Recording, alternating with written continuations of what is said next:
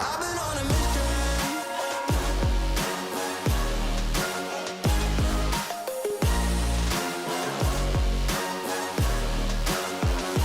I'm on a mission.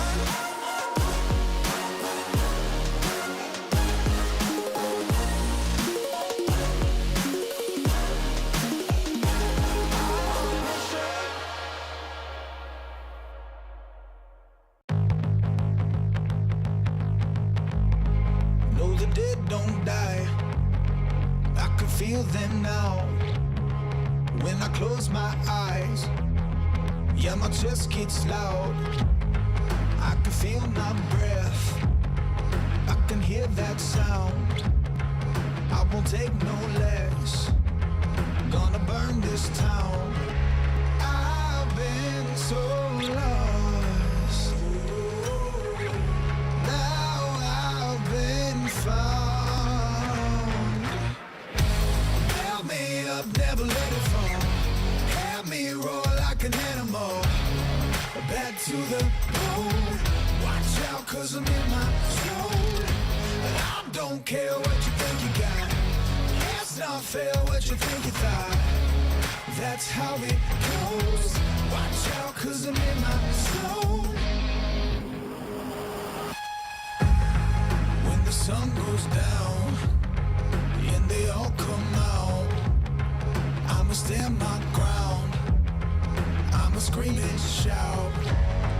I'll be where I wanna be, and I'll make my way. Don't make no apologies, cause I'm here to stay. I've been so lost. Now I've been found. Held me up, never let it fall. Had me roar like an animal. Back to the bone. Watch out, cause I'm in my zone. And I don't care what you think you got. It's not fair what you think you thought. That's how it goes. Watch out, cause I'm in my zone. Whoa, whoa, whoa, whoa, whoa. Watch out, cause I'm in my zone. Whoa, whoa, whoa, whoa. Watch out, cause I'm in my zone.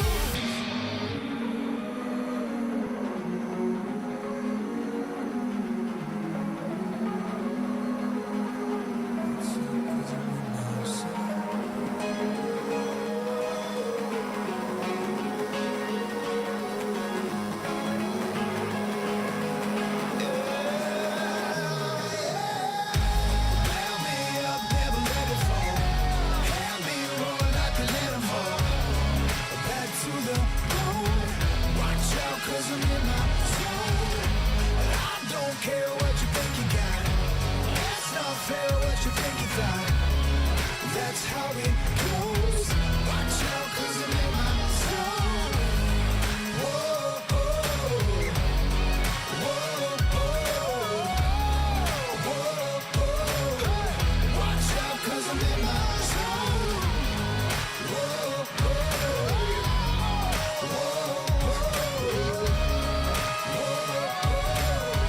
watch out, cause I'm in my zone.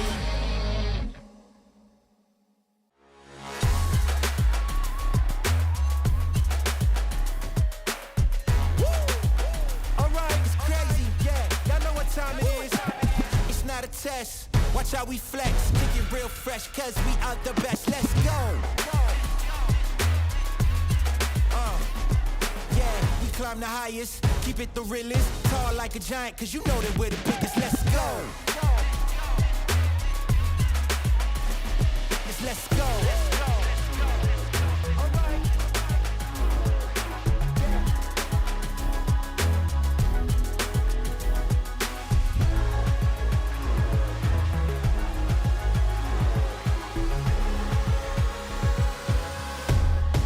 You know that we're the biggest. Let's go. Cause we are the best. Let's go. You know that we're the biggest. Let's go.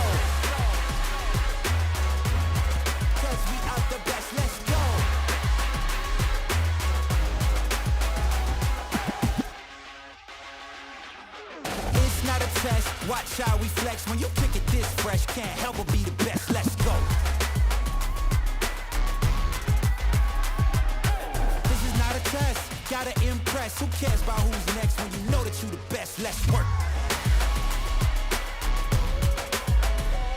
Just let's go.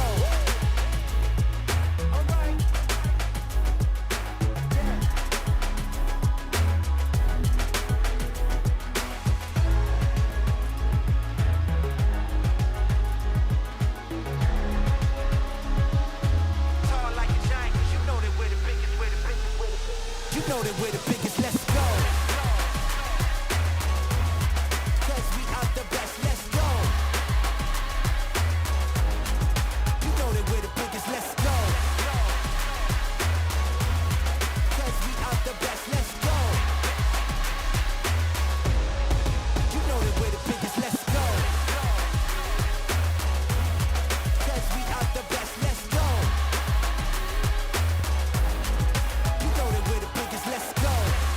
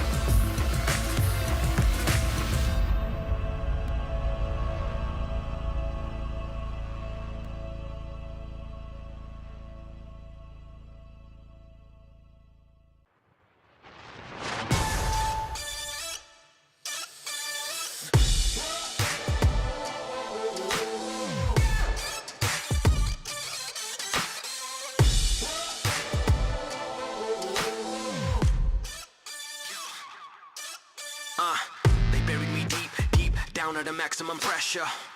I never crumbled, I put in maximum effort. That's how I turned into something so flawless and precious. They gon' learn about my legend like Nikola Tesla. They wrote me off, I wrote a new book. When hope was lost, I know what it took. I overcame all the odds, you could never put me in a box. I am relentless, I will not stop. Follow the scent, I am a fox. Came from the bottom and now I'm on top. And nobody's taking my spot. Diamond, yeah, I will not be broken. Too strong, defeat is not an option. I'm ready for this, I've been dreaming.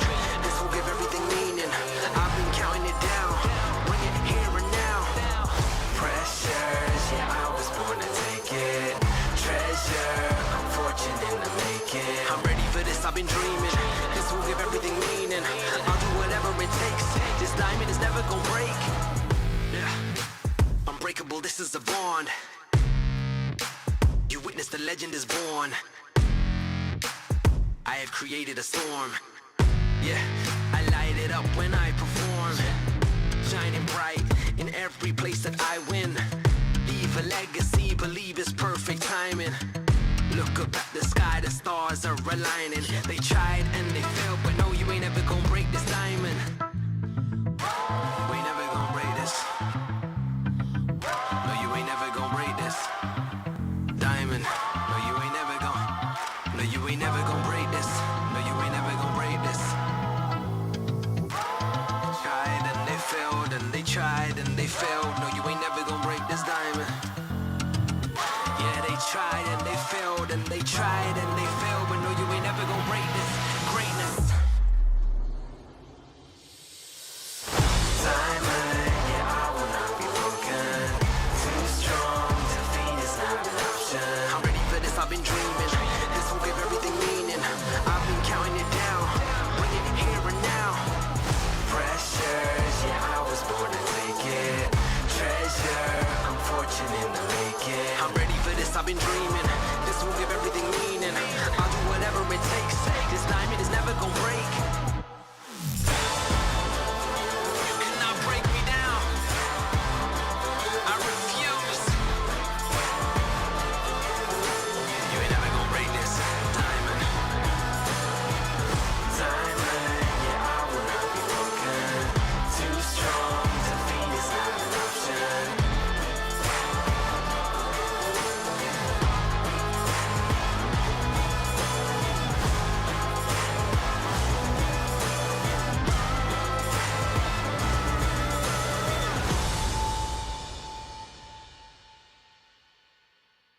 My destiny,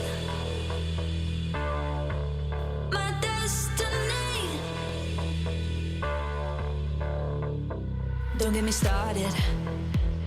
Everything was going well, but you had to go and leave me brokenhearted. Oh, since you departed, I've been working on myself. Now it's time to let it go, 'cause I've been guarded. Oh, 'cause when we're born into this world, nobody can take what's owed to us. 'Cause we are holding the keys to all of our potential in this universe. I looked inside and I saw my destiny. My eyes open wide, I know that you belong to me.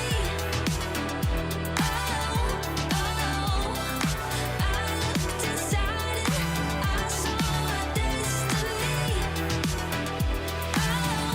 Oh, didn't get a warning, no. All of a sudden you were here, feel the fire burning near, hear you calling. Oh, I think I'm falling. Oh, every second that goes by, I can see it with my eyes, then it's dark again. Oh, oh.